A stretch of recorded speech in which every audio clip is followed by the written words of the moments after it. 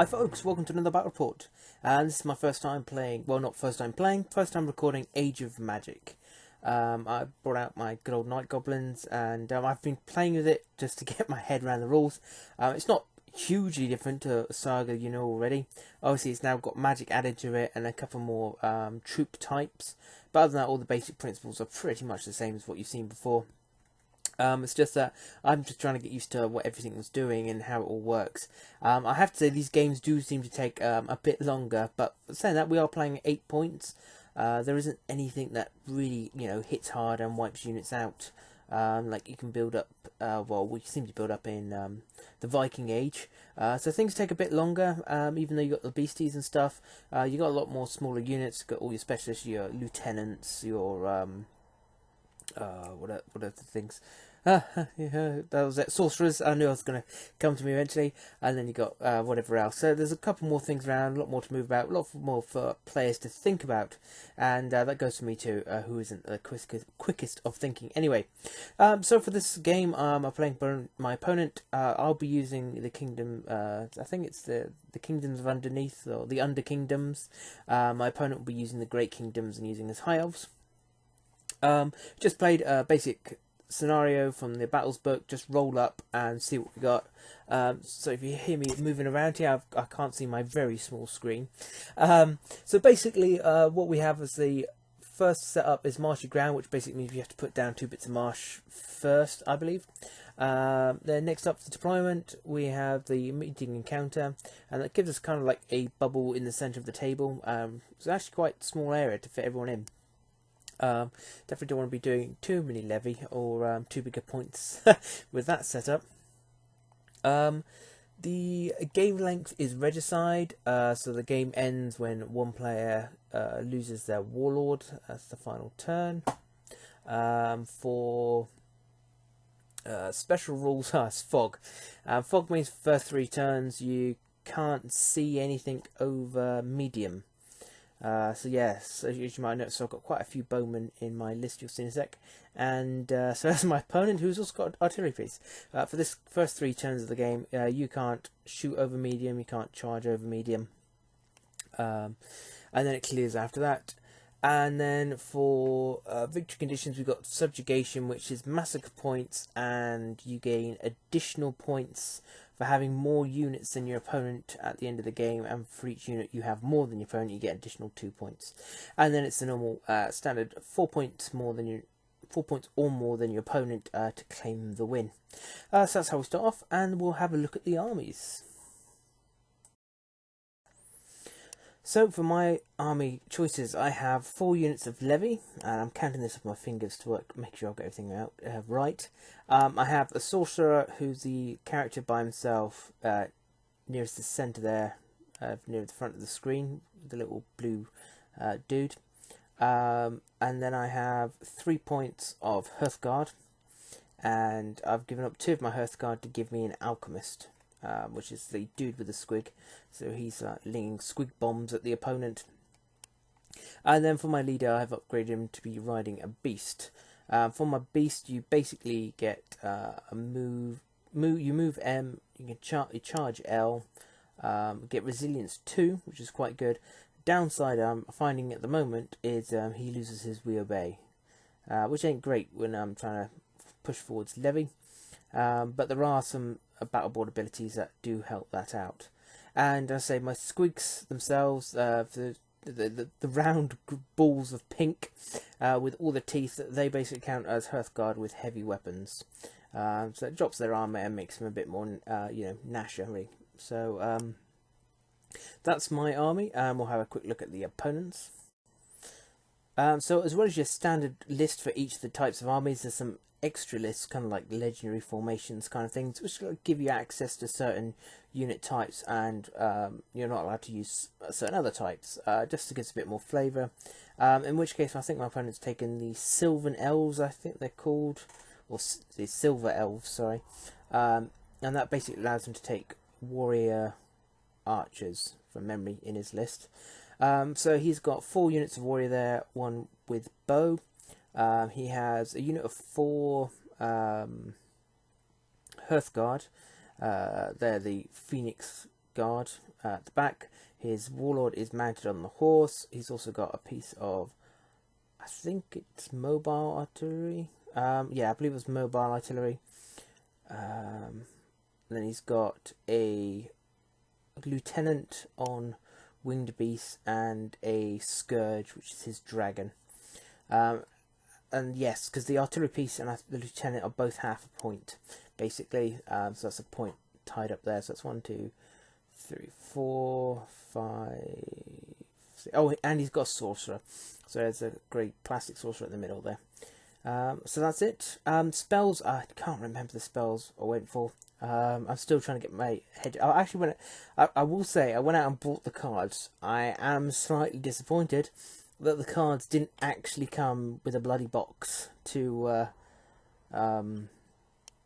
use to carry them in.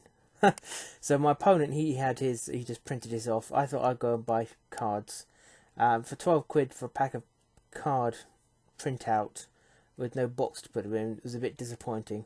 So I'm not entirely taken by that, and to be completely honest, I was slightly annoyed with that. But Grip and Beast do the cards separately if you want. And I think I had 2 time ones, which I think was like Decay. I can't remember now. I do apologise. And I had some ones that dropped down my opponent, and I think I had one buffing one. And my opponent took one that gave him lots of protection-y things, using, I think it's light. But yeah, if it comes up, I will mention it. Until then, we'll see how it goes. So here is the setup. There's trees, 2 marshes, and if you can see the little circles there, there's one in amongst my troops and one over to the opponent's right-hand side, his right-hand side of the table there, to the left of his troops as you're looking at it. They're my entrances, my secret entrances. Basically, as a manoeuvres action, I can send a unit down mine and pop up the other side. So it can give you a little bit of extra movement, which isn't all that bad. My opponent, that's my race-specific scenery piece. I think my opponent has like a statue or something, but he didn't use it for this game. So the first turns, we both of us just move up towards each other. As I say, with the first 3 rounds in fog, there isn't much we're going to do with the long range fighting here.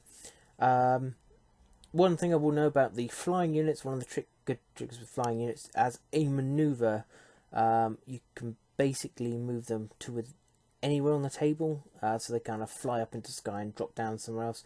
I think there might be a distance. I think you have to still stay L away from the enemy and stuff. But that's just a cool note. For flyers can be just super mobile. It's beyond just moving the L like cavalry do and flying over things. So yeah, we just move up just to get in sight of us, and I think my opponent put some defensive buffs up on his own troops.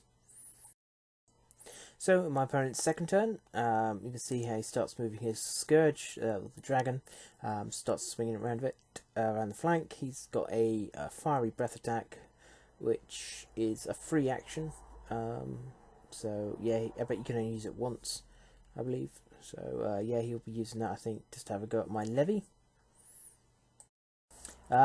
He did use it against my levy, but I remember now I actually saved my hits I'd taken against him. My alchemist is moving up here and has a pot shot against these chaps in front of them. They do have a buff up. I think it's to do with charging, or increases their armor by 1. My alchemist basically counts as a handgun, so within M I get +1 to hit against their armor, and I can hit, I think, D3 extra shots with them, and if I can do a point on them, I also cause fatigue on them. So I managed to get 2 hits through. I've got 2 kills there, so it's also an extra point of fatigue on them, so that should slow them down.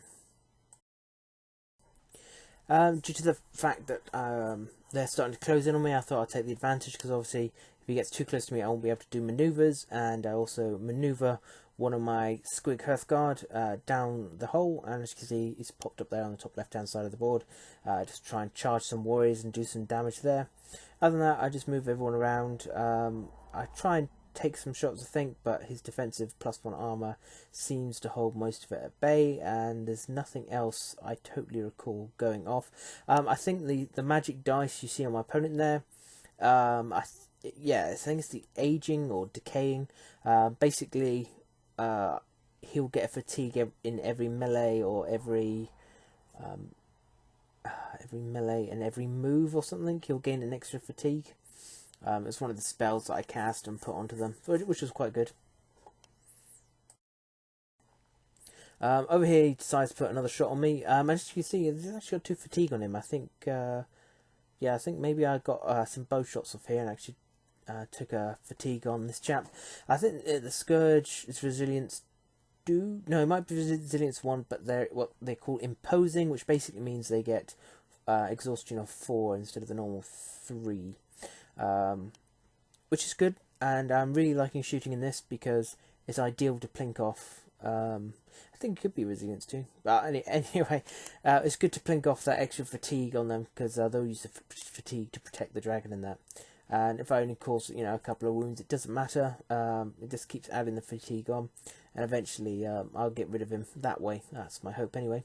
But yeah, he comes down here and does a casualty, and I also take a fatigue, which I believe is part of the breath attack. If I take damage, I'll take a fatigue, a bit like how my alchemist works.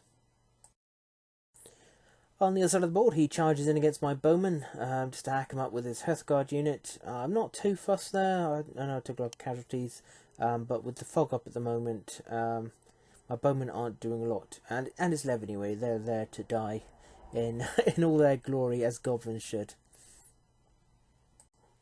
He then followed that up and wiped out the rest of the archers. Oh no, I've got 2 left. I think we've got 2 left that are sneaking through there, so nearly wiped out, but they have lost their saga dice that they were generating. The other thing is, in my list I'm actually using, I think it's like the Vermin Horde or something, where basically heroes and levy, when they die, they don't cause fatigue to be put on on units and stuff. So basically any heroes and levy, they were expected to go down anyway. So that works quite well for my list, really. I think the limitations to it is number of monsters, and I lose my access to destruction teams as well. But I currently don't have any, so far so good. So my opponent also got a couple of spells up. I think there's one was blinding. I think that's against my shooting, and the other one's a shield, which is kind of like a bubble effect. Can't remember what it is. A +1 armor. Do apologise, but I'm still trying to remember all the spells now. I'm only just getting used to the ones that I'm using. Hopefully in the next one, what I'll do, I'll try and remember to take pictures of the actual spells as they're being cast and whatnot. But that's how it looks as my opponent finishes his second turn and goes on to me. So just on a rough idea how magic works. Magic uses a separate set of dice, they're not part of your saga pool or anything like that. You have one as standard generated, and you can then gain 1 for each sorcerer in your army, and then you can also gain 1 by using what used to be the combat pool. Is basically one that allows you to add 2 more dice to your casting. And what you do is you say you're going to be casting magic. You pick your spell and take however many dice from that pool of magic dice, roll them, and line up the markers on it, and that will show the strength of the spell. So more powerful spells, generally you're like a 6 or something, on the rare dice mark, you'll get the more powerful version of the spell. The downside is, even though I have to say the more powerful versions are often very good. In fact, I do play another game with a stand-in army, so I didn't take any pictures of it because it was a bit rough and ready. I thought I'd give the undead a go, and one of the things I was doing was casting, giving my units wings permanently, which is excellent. But as I said, the downside is every time you cast an extreme spell, it's dangerous overload for your wizard, and you roll 2d6 and you take that effect on the table. So on a 6 to 8, I believe it is, you're basically okay, and then beyond that you'll be like, lose a spell, gain a fatigue, or at the extreme ends of 2 or 12, your wizard just tends to explode. So it's up to you taking that risk, but sometimes the high effect abilities on the spell list for each spell are sometimes worth doing, just to try and get that uber spell out. As I say, having permanently flying skeletons in one of my games was extremely good. Fortunately, I did get to the point where I rolled the dice and forgot the spell, which was a shame, but my skellies did enjoy it while they had it. Just say, on this time I cast a spell on my warlord, which basically allowed me to, I think it was my uber version of it, so I risked the 2d6 and I was fine, but it allowed me to re-roll all my attacks in the next combat, or fails.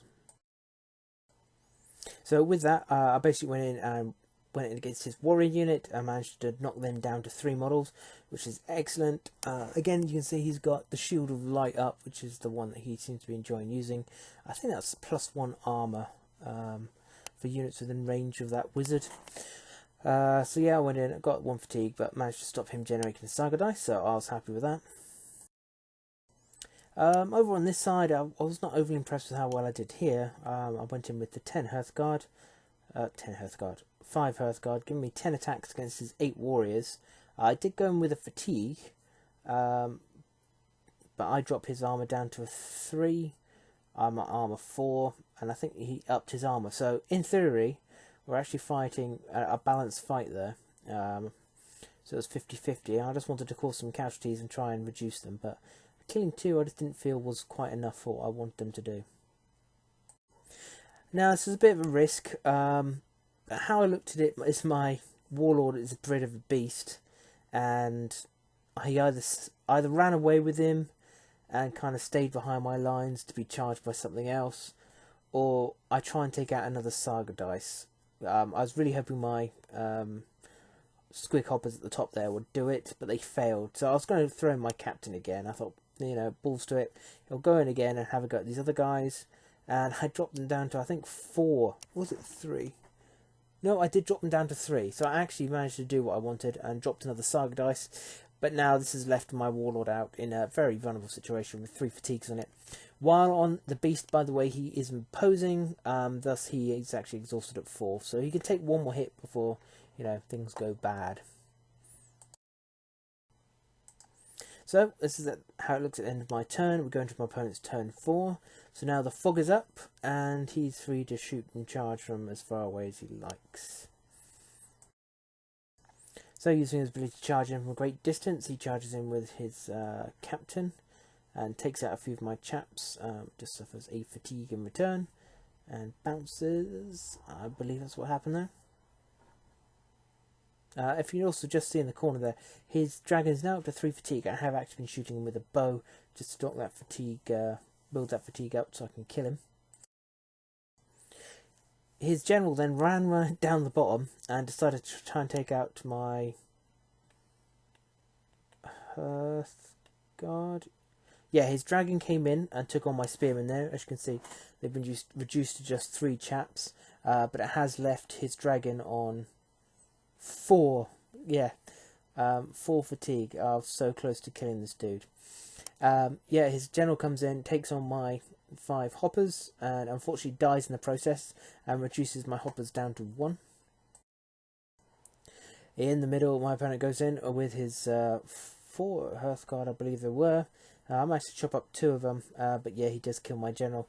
And with both generals gone, this is actually the end of the round, so he's just going to get as many points as he can while he can.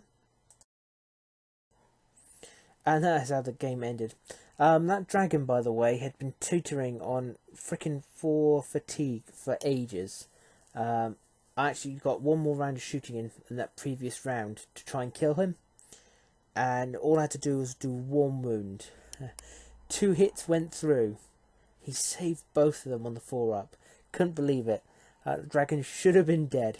But that is how the game ended. We totaled up the score. There wasn't much in it, but I don't think I actually wiped out a unit. So at the end of the game, he actually had more units than me. And of course, he managed to kill a lot of my Hearthguard and stuff. So it did go to my opponent, and it was a loss for the goblins. But we did manage to get a game through. I think we're quite happy with the rules here. So I've played another game afterwards using a stand-in undead army. That was a lot of fun. My opponent used his Skaven, his rats again as an under kingdoms army. At the moment, we're struggling to use the ogre-sized models. Like Resilience 1 on them is nice. You get to ignore the 3 wounds. The problem is if you do 5 wounds, you actually kill off 2 monsters, which always seems bloody disheartening. But so we just got to get that kind of area in. At the moment, the basic infantry is now working out okay. Everyone's enjoying the magic, and even got players, as you can see here, playing with their old fantasy armies. They haven't had out in years. So it's been good, and I think we've all enjoyed it. And hopefully there'll be some more Age of Magic to come. I am still, hopefully, slowly painting up my Bretonians, and they'll be coming in as a Great Kingdoms at one point. And I would like to try out the undead, but I don't actually have any undead. I know War Games Atlantic at this time brought out a skeleton box set, which does look really nice, I have to say. So that might tempt me. And I've got an old 5th edition Lizardman army in bits around the place, so I might try and scrounge that up just to use a Into the Wilds, because at the moment at the club we have an Other Worlds player and we have a Horde player.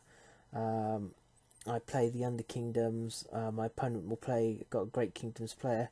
So it'll be just nice to mix it up a bit and try some different games and let you see what it's all about as well.